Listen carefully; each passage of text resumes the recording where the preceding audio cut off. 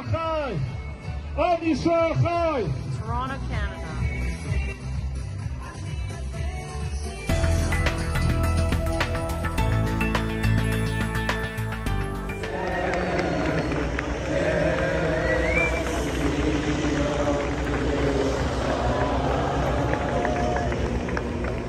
שלום שי. שלום לימור, ראיינו את עינת כץ שהיא פעילה בטורונטו, בקהילה בטורונטו. בואי נשמע. שלום עינת כץ.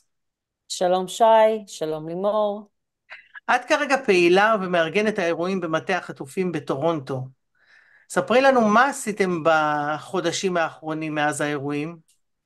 אוקיי, אז ברשותכם אני אערבב בעברית ובאנגלית, אני גרה פה כבר המון שנים, אז אני זורמת יותר באנגלית, אבל מבינה הכל בעברית. אז קודם כל, I took on a position, if you will, as one of the representatives in Toronto for the hostages and the missing family forms. And it's been very busy and very trying times since October 7th. I sort of look at the whole thing as a three-pronged approach, if you will. You know, the first is really to empower, it's to encourage the community, it's to bring about leaders and advocates. And so in that sense, we've organized a lot of things like rallies, positive demonstrations that take place every week on Sunday afternoons. We meet. What started out as 20 people, this week was a group of over 100 people. I speak to many advocate groups, to many women groups, to different organizations, and all of it is really to raise awareness, and it's to empower, and it's to encourage activism. And that's like one prong of it. The second prong of it is I really look at it as the arena of the whole hostage situation.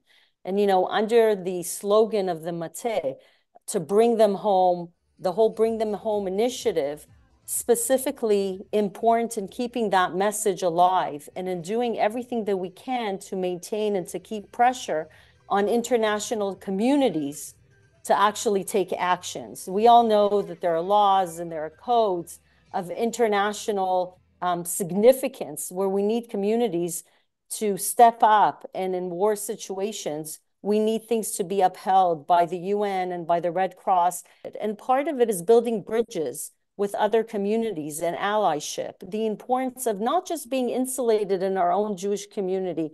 We're blessed here in Toronto with a really big active Jewish community and active Israeli community. But the idea is we want to go outside. This is the first time that Israel has needed all the help it can get from all over the world. And one of the things that we do and that we've been very vocal about is really building those kinds of bridges and building those kinds of allyships with other communities, whether it's the Iranian community, and, you know, some of the other communities that have really embraced us and have been trying to help us.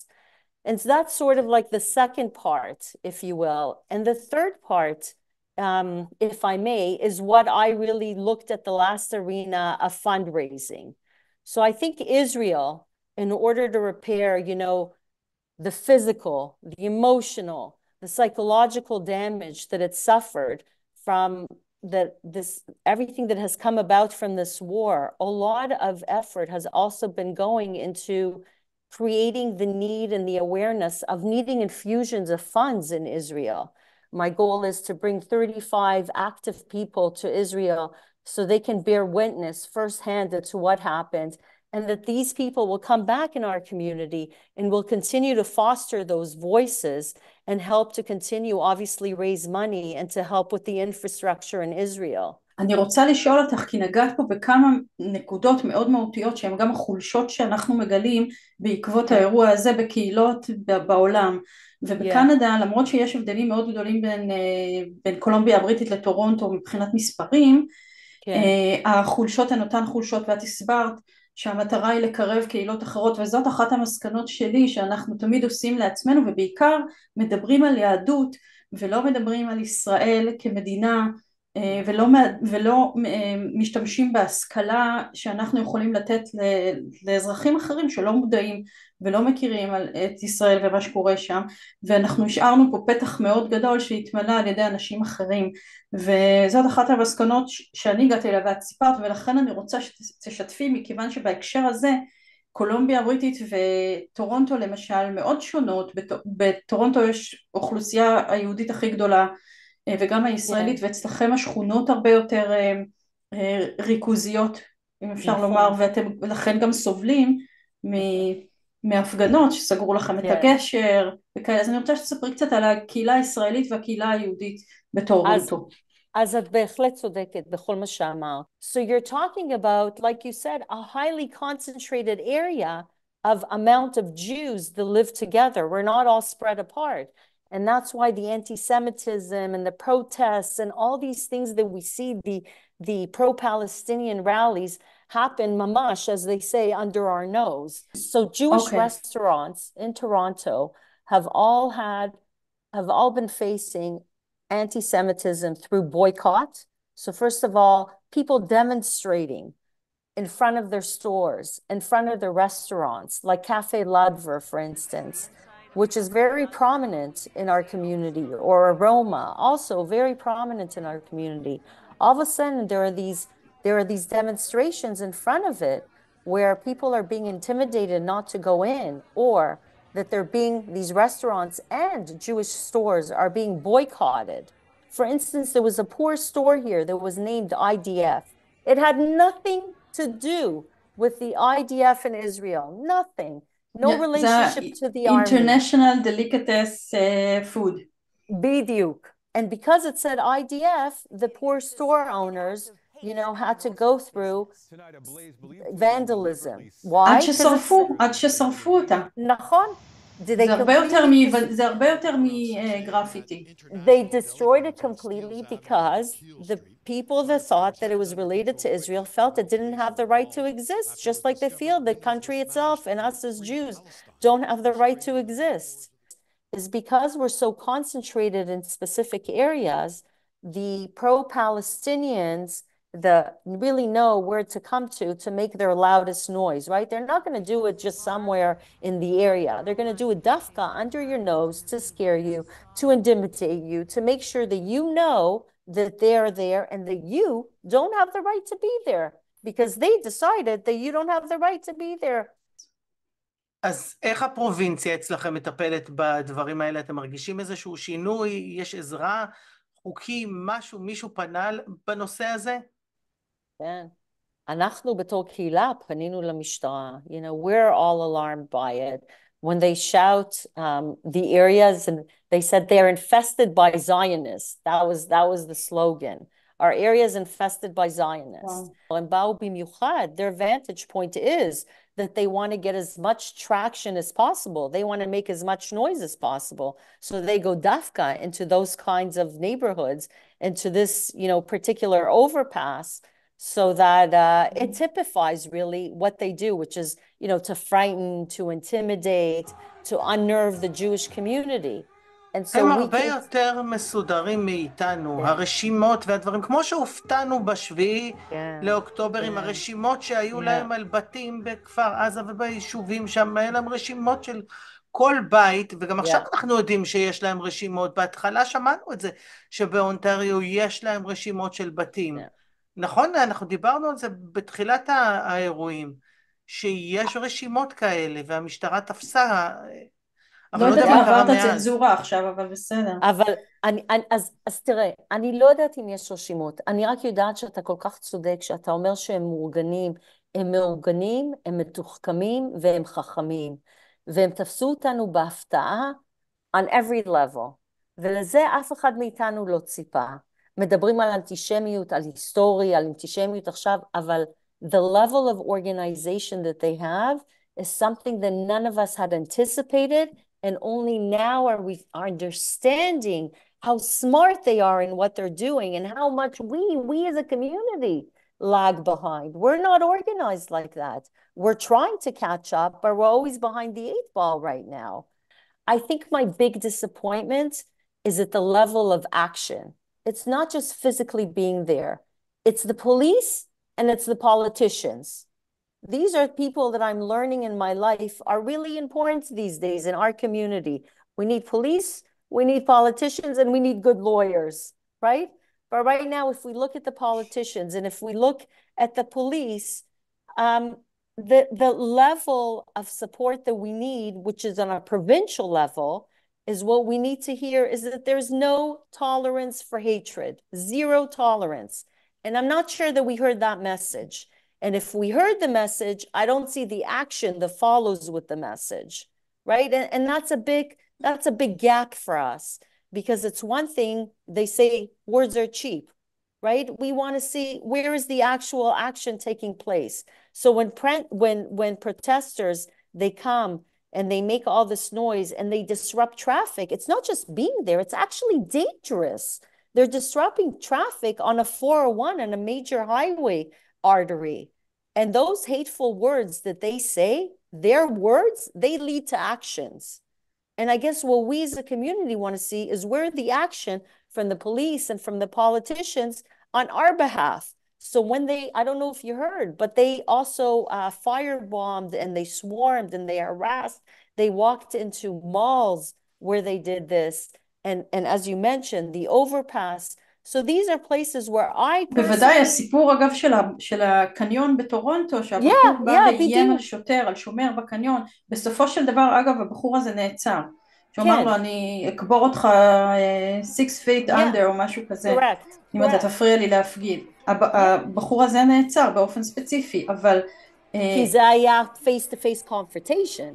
עם שוטר, אז זה העלבת עובד ציבור. מה הנקסט סטפ שלך? איפה, כשאת רואה אותנו ככה בעוד 4-5 שנים, מה את חושבת שאנחנו צריכים לעשות? שי, למה אתה לא מרוצה מזה? מה? שאלה רעה? למה? לא, מי חושב על 4-5 שנים? למה? חושבים. אז אני אגיד, יש לי דווקא, אני חושבת על זה הרבה. קודם כל, עכשיו אני חושבת כל יום על מה קורה באותו רגע ומה יקרה מחר. אז עם זה אני מסכימה עם שי, זה מאוד קשה לחשוב מה קורה לטווח יותר ארוך. But, we've had a long history as Jews, a very long history, a history that most people can't say they've had the same. And for that reason, I'm an optimist. And even though I am very concerned and I am very worried and I lose a lot of sleep and there's a lot of anxiety, I believe very strongly. You know, in Hebrew, we have the song, Kol ha'olam kulo gesher tzar meod, ve'aikar lo lefachad klal. You know, and I believe in that. I believe that right now we're walking a very, very narrow bridge. And if you step off, you veer off, you're in trouble. But if you stay on the path and our voices come together, which they have as a community, and I'm very proud to be part of that, you know, Jewish-Israeli community. If we continue to work together, we continue to make the noise that we need to, I believe that we will get the support. And I do believe that by doing that and by working together, just like they know how to work together, we're learning on how to work together and stick together. I believe we're going to get to the other side and that we're going to be okay. We're going to be more united. We're going to be smarter in our approach. We're going to be working on our education, because we have to change the way we've educated not only our own people, but people outside of our community about who we are as Jews, who we are as Israelis, what does Israel mean to the rest of the world. So I stay positive, you know, I'm an eternal optimist. אני בעצם חושב שזה תלוי מה יקרה בשלושה מקומות בעולם. בישראל, בבחירות, אני חושב שבשלושה מקומות בעולם, בישראל, בקנדה ובארצות הברית. הכל תלוי מה יקרה בכל אחד מהמקומות האלה, כי רק זה מה שיוביל. גם עכשיו, לדעתי, מה שקורה בקנדה, מתחיל מהראש. זה מלמעלה. כן. עינת קץ, פעילה חברתית בטורונטו, אני רוצה ממש להודות לך על השיחה הזאת ועל האופטימיות. Thank you, and thank you for all the work that you're doing. And, you know, I say we're all like a big puzzle. And if everybody does one piece of the puzzle, we bring it together and Shai, you got to be optimistic. You're right. Bechirot, obviously, number one. You know, the את countries. צריכה לצפות בתוכניות שלנו, אני לא אופטימיסטית. זה התפקיד שלי פה. No, you got to change that. You can't do that. You got to change it. Because this is how we survive. Assimilation, hatred, this is how we survive, Shai. You and I have to go for coffee. טוב, אצלנו לא שמעתי תלונות מרוב המקומות היהודים, למעט המסעדה של אופרה שנמצאת במקום מאוד מרכזי, ולכן היא חוטפת שם ריקושטים כל הזמן. היא גם מזדהה ללא, אתה יודע, ללא... אז להזכיר, לכו לתמוך באופרס קיצ'ן. בעסקים ישראלים בכלל, כן. ובעסקים ישראלים. כן. אני גם חושבת שזה מחזק את כל באמת את העניין הזה שאנשים לא יודעים, אין להם מידע על מה שקורה במדינת ישראל באמת. המידע היחיד שהם מקבלים זה בגלל שאנחנו השארנו איזה סוג של ואקום, מישהו נכנס לשם והמישהו הזה לא בהכרח רוצה לטובתנו ואנחנו יודעים מי אלה, והדברים האלה צריכים להשתנות. זאת אומרת, לא יכול להיות שידברו רק על יהדות ולא יזכירו את ישראל כמדינה. ישראל צריכה להיות עניין, עכשיו אני חושבת משמעותי, בכל הקהילות ברחבי העולם, שמדברים עליו כמדינה לגיטימית וצריך לחבב אותה על אוכלוסיות זרות. עכשיו אני לא מדברת על פוליטיקה, יש כאן הבדל עצום בין להגיד אני כן אוהבת ראש ממשלה, אני לא אוהבת ראש הממשלה, לא יכול להיות שיערערו את עצם קיומה של מדינה בעולם. ועוד עניין, טוב בוא נעבור למשהו כמעט אחר. ביקר לאחרונה קונסול ישראל בטורונטו, יאיר קסטל, אני דיברתי איתו וזה בעצם הפעם הראשונה שהוא נמצא כאן מאז פרוץ האירועים באוקטובר, ואנחנו קיבלנו ממנו איזושהי סקירה על הנעשה. מה נשמע? שלום יאיר קסטל, אתה הקונסול לעניינים קונסולריים בטורונטו ואתה משרת גם את הקהילה בוונקובר. מה שלומך מאז השבעה באוקטובר? מהשביעי לאוקטובר מיד פתחנו חמ"ל חירום עם קווי חירום. סייענו לכל הישראלים שפנו עם בקשה לחזור לישראל להגיע בכל מיני דרכים, למעלה מ-150 קנדים שטסו לישראל. בנוסף זה טיפול במשפחות של נפגעים. במה אתה חושב שהקהילה המקומית בקנדה צריכה להתמקד כרגע, הקהילה הישראלית? כי יש כל כך הרבה דברים וכולם עסוקים אתה יודע, בסוג של כיבוי שריפות מול הפרו-פלסטינים. מה היית אומר שהם השלושה דברים הכי חשובים? בראש ובראשונה, וזה גם העיסוק של הקונסוליה והשיח הציבורי, בעינינו צריך להתמקד בשחרור החטופים, בהעלאת מודעות להכרח המיידי בקידום שחרור החטופים. זו השאיפה, וזה צריך להיות להבנתי השיח. מעבר לזה, בכלל תמיכה בישראל ובעמדה שלה, הישראלים יש להם להבנתנו נגישות דווקא לציבור שפחות מכיר, ומאוד חשוב דווקא להבנתנו לדבר ולתאר את מה שקורה. הקהילה הישראלית בוונקובר באמת הראתה חוזקות מהשביעי לאוקטובר שאי אפשר להתעלם מהם. הוקמו פה חמ"לים, הפדרציה עשתה פעילות, ועשו פה באמת דברים מאוד מאוד יפים ביחס לכמות המשאבים המוגבלת שיש לקהילה הזו, ועדיין המסירות שלה מורגשת, בין אם זה חיילים או חיילי מילואים שממש התגייסו והלכו, אבל קודם לכן עשו פעילויות פה בעיר כדי לגרום לזה לקרות. באמת, ולאורך כל התקופה עמדנו בקשר עם אנשי החמ"ל, וזה תענוג צרוף לראות את זה. תודה רבה יאיר קסטל. שמחתי. תודה. כן, אז זה מראה שבאמת הפעילות של המקומיים אצלנו ובכל מקום היא חשובה מאוד, ותודה לכולם. תודה רבה. לייק, סאבסקרייב, דעתכם כאן למטה. תודה. ביי לימור. ביי שי.